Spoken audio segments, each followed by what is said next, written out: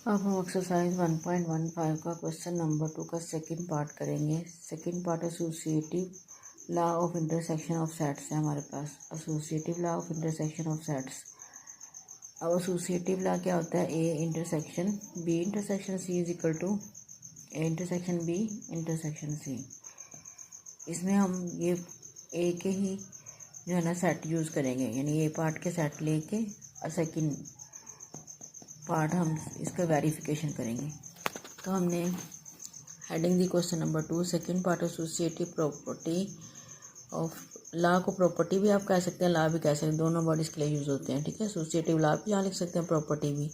Of intersection of sets वो हमारे पास ये लिखी है, that is A intersection B intersection C is equal to A intersection B intersection C. ये associative property है और सेट हमें ABC ये गिवन है पार्ट ए के।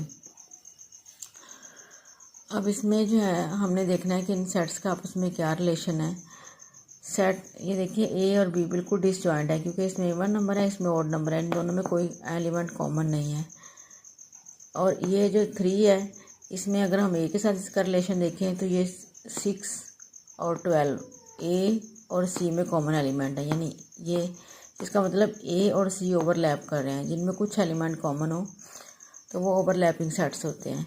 इसी तरह से बी और सी भी आपस में ओवरलैपिंग सेट है। ये देखें, इसमें दोनों में 3 एलिमेंट है और 9 दोनों में एलिमेंट है, तो ये कॉमन एलिमेंट है। एक एलिमेंट भी कॉमन हो तो ओवरलैपिंग सेट होते हैं, यानी ए जो सी है वो ए और बी दोनों से ओवरलैप कर रहा है, लेकिन ए बी दोनों डिसजॉइंट है। तो वेन डायग्राम से हम क्या करते हैं कि हम यूनिवर्सल सेट को रेक्टेंगल से शो करते हैं, और जो बाकी ABC सेट होते हैं वो उसके अंदर ओवल या सर्कल की शेप में हम शो करते हैं। तो अब यहाँ हम इनका बनाते हैं स्ट्रक्चर। ये हमने यूनिवर्सल सेट 2 ले लिए, फिगर 1 कह रहे हैं इसको, फिगर 2 ये लेफ्ट हैंड साइड के लिए है, A intersection B intersection C के लिए, और ये राइट हैंड साइड है इंटरसेक्शन बी इंटरसेक्शन सी के लिए हमने लिया है। तो इसमें हमने ये देखिए ये सेट ए लिखा, ठीक है, यहाँ पे सेट हम बी लिखेंगे,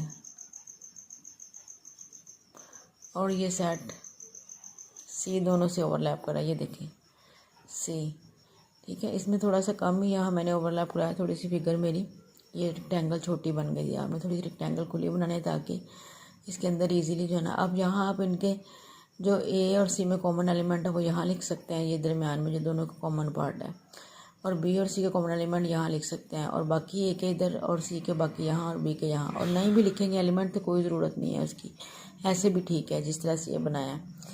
इसी तरह से सेम ऐसा ही स्ट्रक्चर हम फिगर 2 के लिए बनाते हैं, क्योंकि जो इसकी राइट हैंड साइड है कि ये हमारे पास ए है, ठीक है, ये हमारे पास बी है, और ये सी जो दोनों से ओवरलैप कर रहे हैं, ठीक है।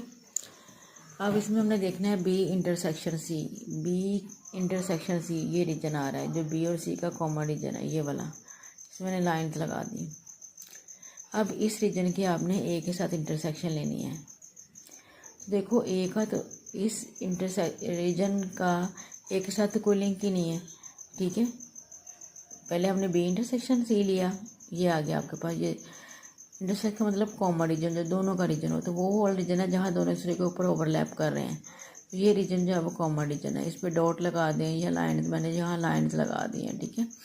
अभी जो लाइन रीजन है इसकी आपने ए के साथ इंटरसेक्शन लेनी है, लेकिन ये लाइन रीजन और ए में तो कुछ भी कॉमन नहीं है, क्योंकि ए ये वाला है और लाइन रीजन ये पड़ा है, तो इनमें तो कोई, इसका मतलब कि ये देयर इज़ नो रीजन, यानी अगर सेट्स होते तो ये एम्प्टी सेट आता। अब यहाँ हम तो हमने वेन डायग्राम से करना है, तो हम इसके लिए लिखेंगे in figure 1 no region shows A intersection B intersection, यानी कोई भी रीजन जो है वो इस पूरे को शो नहीं कर रहा, लेफ्ट हैंड साइड को। लिखेंगे इन फिगर 1 डॉट डालेंगे, पूरा वर्ड नहीं हम लिखते तो आगे डॉट डालते हैं। फिगर 1 ये अपने मार्कर से लिखना है, नो रीजन, ये हमने स्टेटमेंट लिख ली, no reason represent A intersection B intersection C, यानी लेफ्ट हैंड साइड को कोई भी रीजन इस फिगर 1 में शो नहीं कर रहा, रिप्रेजेंट नहीं कर रहा, क्योंकि इनमें कॉमन रीजन फाइनल है ही नहीं पूरे में ओवरऑल। अब हम इसकी राइट हैंड साइड की बात करते हैं। तो राइट हैंड साइड में हमने पहले बी ए की बी के साथ इंटरसेक्शन हमने लेनी है पहले। अब देखें ए हमारे पास सेट ये है और बी हमारे पास सेट ये है, इन दोनों की इंटरसेक्शन में कोई रीजन भी कॉमन नहीं आ रहा, ये बिल्कुल डिसजॉइंट है। तो there is no region, A intersection B के लिए देयर इज़ नो रीजन। अब कोई रीजन ही नहीं है तो फिर सी के साथ इंटरसेक्शन कैसे होगी? तो इसका मतलब है कि ये पूरे के लिए नो रीजन, क्योंकि इसके अगर रीजन आता है तो फिर हम सी के साथ देखते हैं। अब ए और बी में तो कोई रीजन ही नहीं आ रहा, तो A intersection B no region, तो फिर सी के साथ इंटरसेक्शन नहीं होगी, यानी कोई रीजन इसमें भी शो नहीं हो रहा। तो इसके लिए भी आप लिख देंगे in figure 2 no reason represent की जगह पे शोज दैट लिख सकते हैं। No region shows A intersection B intersection C. तो इसका मतलब क्या कि दोनों में सेम रीजन है, ठीक है, ना इसमें रीजन है ना उसमें रीजन है, तो मतलब दोनों सेम हुए। That is 10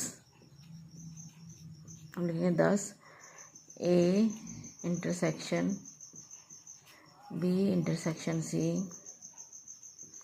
is equal to, कोई दोनों में रीजन नहीं आ रहा तो फिर दो इक्वल हुए। A intersection B intersection C के।